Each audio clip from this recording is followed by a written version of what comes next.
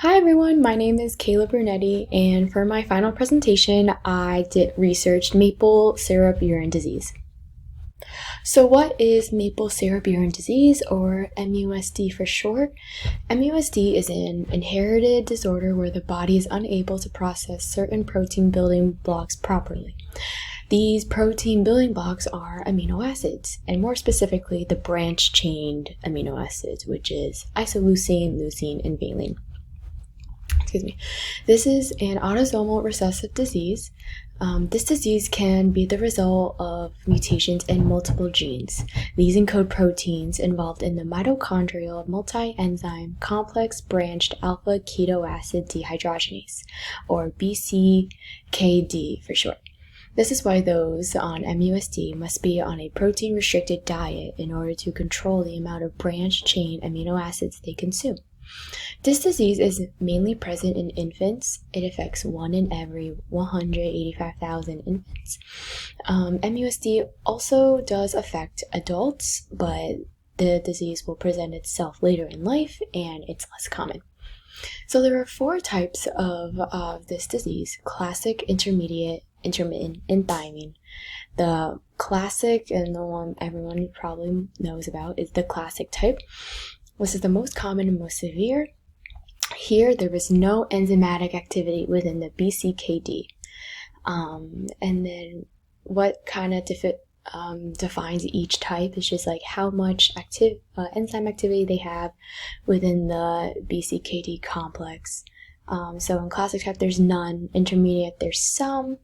Intermediate, there's a lot more, because in that type, in the intermittent, the individual can grow up normally and have normal intellect and all that stuff. While in classic, they experience like developmental delays and all that stuff. So the classic is like the worst, and then thiamine, I guess, is the best type of MUSD. Now onto the characteristics of MUSD. This disease is characterized by the maple syrup odor that is detected in the urine and wax of infants. Usually in newborns, this can be detected just days after being born. Common characteristics of MUSD are lethargy, irritability, abnormality of the pharynx, voice abnormality, developmental delay, intellectual disability, and neurological impairments. And this includes abnormal movements, increased spasticity, seizures, and coma. If the disease is left untreated, the neurological impairments will worsen, and this can lead to death.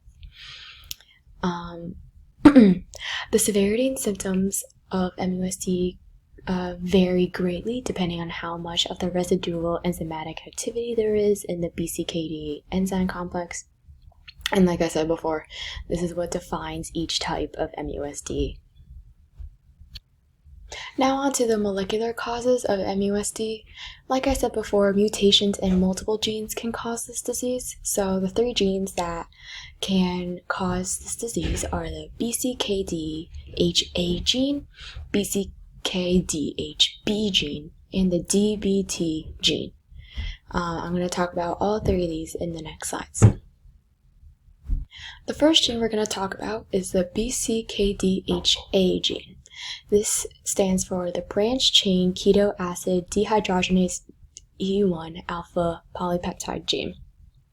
This is responsible for making the alpha subunit of the BCKD enzyme complex and is located on chromosome 19. This gene provides, like I said, information for the BCKD enzyme complex alpha subunit. So the BCKD enzyme complex is responsible for one step in the normal breakdown of the amino acids leucine, isoleucine, and valine. So these are the branched amino acids like I talked about before. The BCKD enzyme complex is active in the mitochondria, and the normal breakdown of these branch-chained amino acids produces energy, which is why if there's no breakdown, like seen in the classic type, it causes lethargy or being lethargic.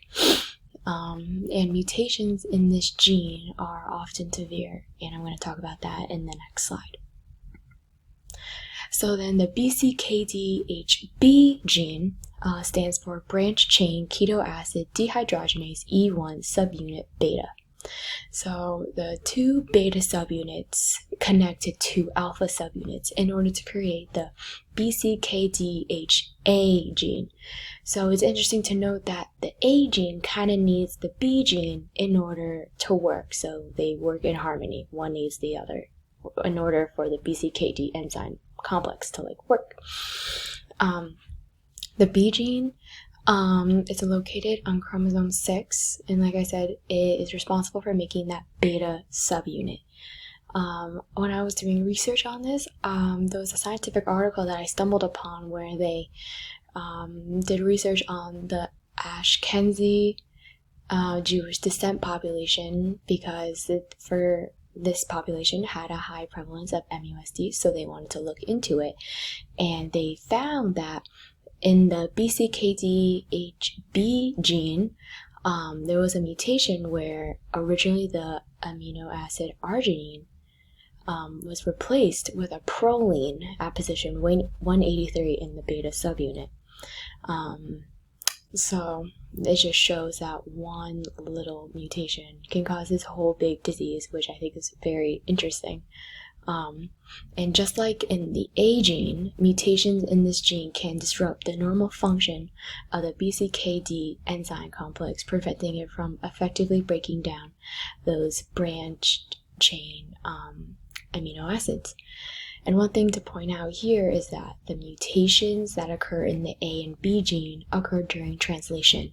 So that's when the mRNA gets turned into the polypeptide, and those three mRNA bases code or a codon, and that represents a specific amino acid. So for these two genes, in order for it to cause MUSD, that mutation occurs in translation.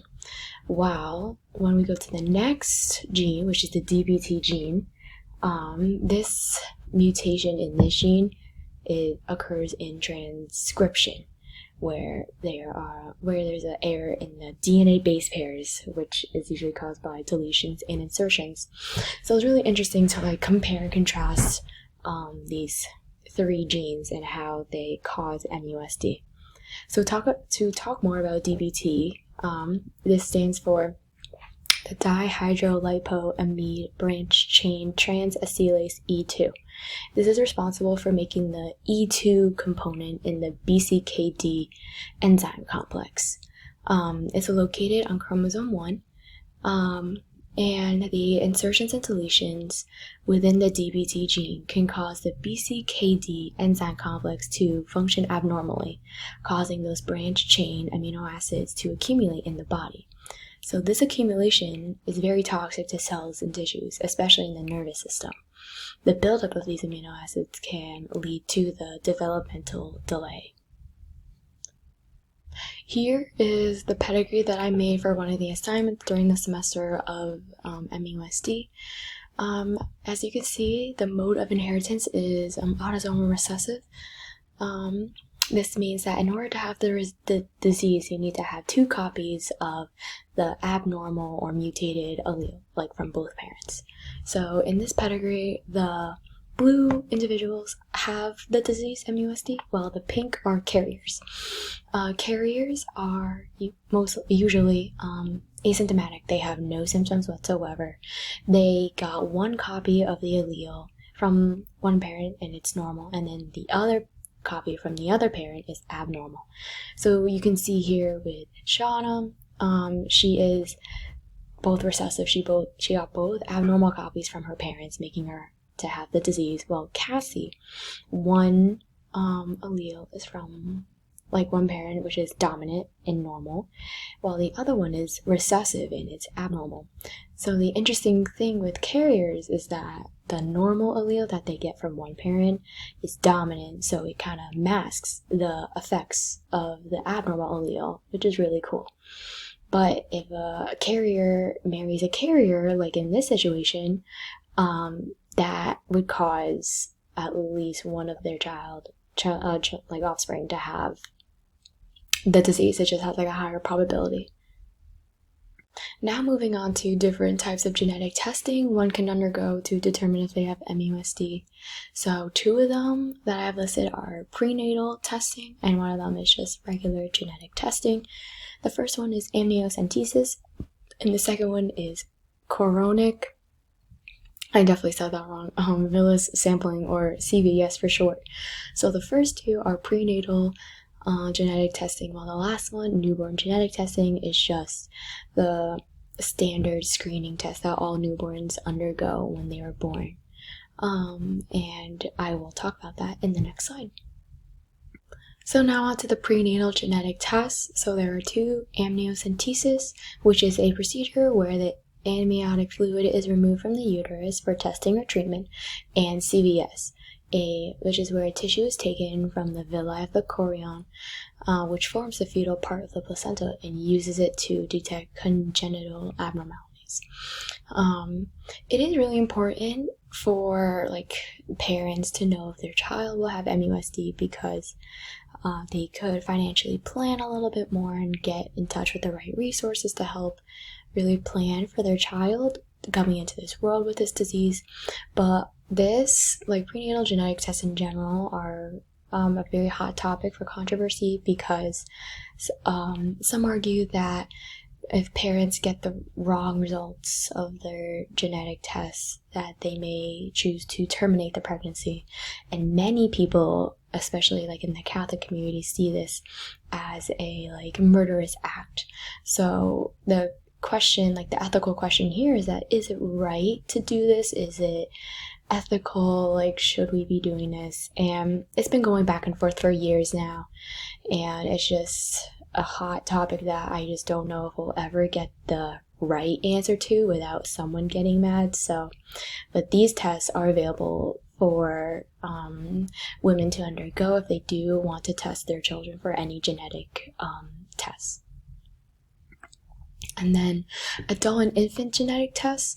So there's a lot. I was kind of surprised when I was looking this up. So every, when newborns are born, they undergo a tandem mass spectrometry, which is an advanced newborn screening test that screens for 40 different disorders through one blood sample, which I think is amazing. So within the sample, they do test for MUSD and all these different types of genetic disorders. So that's just one thing that newborns do undergo, and every state, I think, has some type of legal in writing matter where newborns have to undergo, so it's mandatory. But for adults who end up developing the disease later in life, they can doctors can look at their white blood cells or cultured skin fibroblasts to determine if they have MUSD, or they can test it via buccal swabs, which is inside of the mouth swabs.